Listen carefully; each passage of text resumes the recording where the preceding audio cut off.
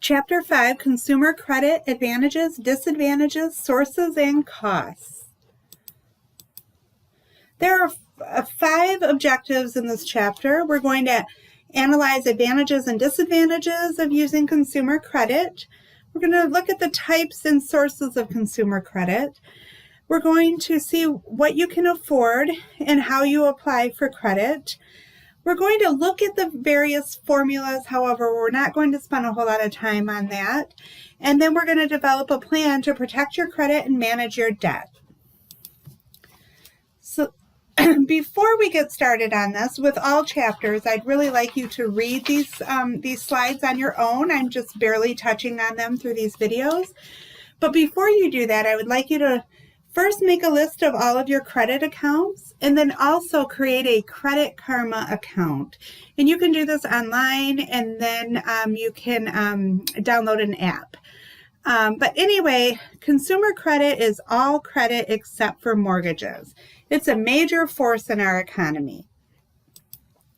Please ask all of these questions before using any of your credit. So there's a lot of advantages to credit. I'm going to have you go over these on your own here. What I'm going to focus on are the disadvantages of consumer credit. So there's a temptation to overspend, can create long-term financial problems and slow progress toward financial goals, potential loss of merchandise due to late or non-payment. It ties up future income. And lastly, credit costs money, more costly than paying with cash. So there's really 2 basic types of consumer credit. There's closed-ended credit, and that's when an example of this is when you take out a loan for furniture or a vehicle. And then there's open-ended credit, and that's usually credit cards. So closed-ended credit, do you have any of these types of loans? If you do, I'd like you to include that in your list that I talked to you about at the beginning of the chapter. This is a visual that shows the volume of consumer credit. It shows that it has gone up by more than 3 times over the past 20 years. So open-end credit, that would be credit cards or any kind of revolving credit. Like maybe an overdraft credit or a pre-approved lines of credit at your bank. And then credit cards. So the average card holder has more than 9 credit cards. How many credit cards do you have? I only have 1 major credit card. And then there's also credit-like cards like debit cards or store value cards, or smart cards, travel and entertainment cards, or smartphones. So here is a table listing all the sources of consumer credit, and we'll be going over these as well. So there's loans, borrowing money with an agreement to repay along with interest within a certain amount of time. So types of loans, there's inexpensive loans, like from parents or family members. There's medium price loans, like with commercial banks or credit unions, or there's expensive loans through like check cashing companies or payday cash advance companies. There's also home equity loans, and that's just a loan based on your home equity, which it just takes the current value of your home minus the amount you still owe, and that is your equity. And if you owe less than what your home is worth, then you might be able to take a home equity loan against that amount there. We're going to skip past this. Okay, applying for credit. Before you take out a loan, please ask yourself, can you meet all your essential expenses and still afford the monthly loan payments? And what do you plan to give up in order to make that payment? So let's say you're going to take out a loan that's going to be $100 a month. You might have to think really hard on what you could give up in order to make that $100 a month payment. such as maybe you have a $5 a day coffee habit. You might be able to give that up and cover that $100 a month. So consumer credit payments should not exceed 20% of your net income. And we're not going to pay much attention at all to these ratios that keep popping up. Here's another one. And here is an example on how to calculate credit capacity ratios. We are not going to spend any time at all on that. But here is what is really important in this chapter. The 5 C's of credit. So this is what organizations look at when you're asking them for a loan. They're looking at your character. Will you repay the loan? Your capacity. Can you repay the loan? Your capital. What are your assets and net worth? Collateral. What if you don't repay the loan? And then conditions. What if your job is insecure? So your credit report, I want all of you to pull a free credit report this week as well. You can go to freecreditreport.com and pull a completely free credit report each year through there. And it's important to look at that credit report and so that you can fix any kind of discrepancies and any errors you might see. There's a lot of laws that we're going to touch on that protect consumers regarding your credit report.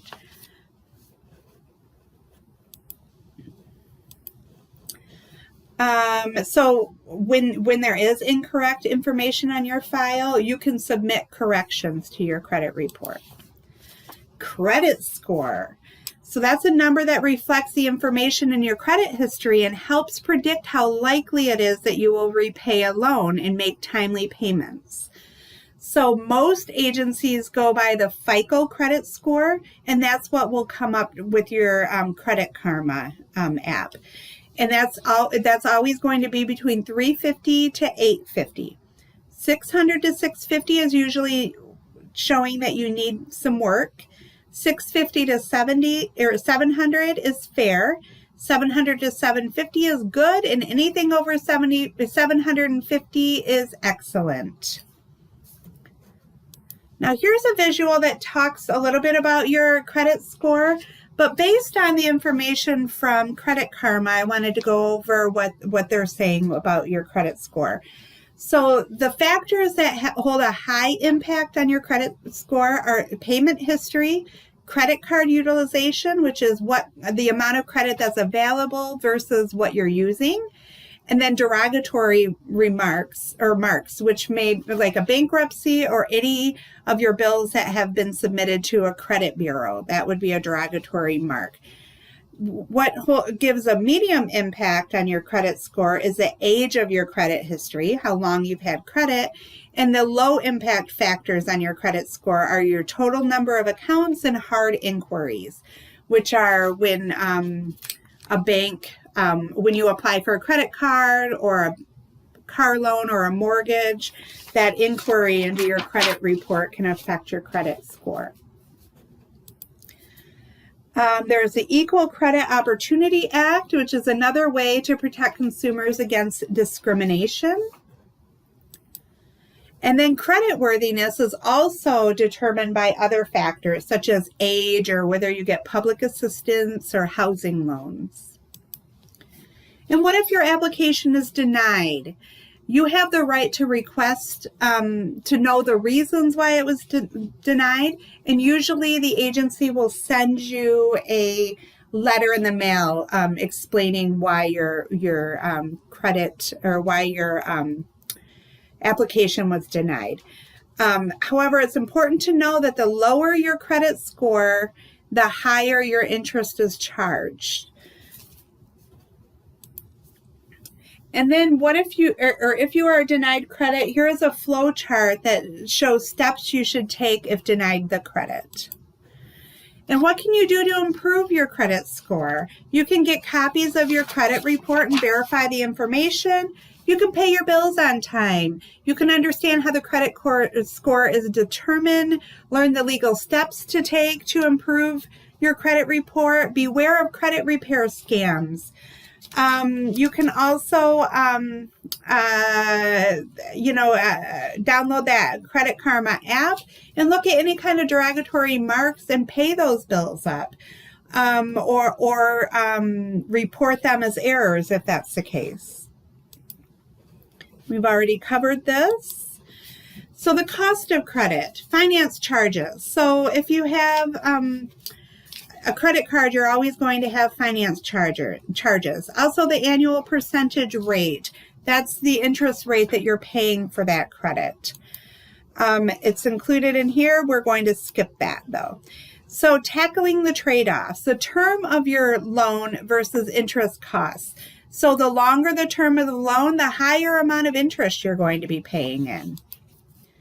So some of the videos that are included in this week's unit goes into more detail on interest here. So we'll move on from there. Here, moving on. And again, the videos help with this area. Okay, protecting your credit. Again, you want to fix any billing errors and disputes. Here's some steps you can take to do so. You've got to protect your credit rating. If your identity is stolen, here's some steps to take. You want to protect your credit from theft or loss. You definitely want to protect your credit information on the internet.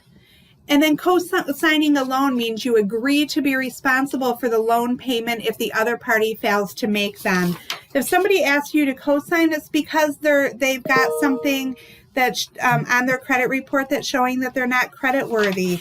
So I want you to be very careful before you agree to do that. Moving on, more laws protecting consumers. So warning signs of debt problems. So if you're encountering any of these problems listed on this page, you know that you need to start reaching out for some help with your debt. There's financial counseling services that can help, including universities. Bankruptcy should be the last resort because of the damage of your credit rating. There's two types of bankruptcies, a full bankruptcy, which is Chapter 7, or a partial bankruptcy, which is Chapter 13. They both will show up on your credit report for up to 10 years. Their bankruptcies have been decreasing over the past 10 years. And here are some details on the different kinds of bankruptcies. And that is it. Thank you.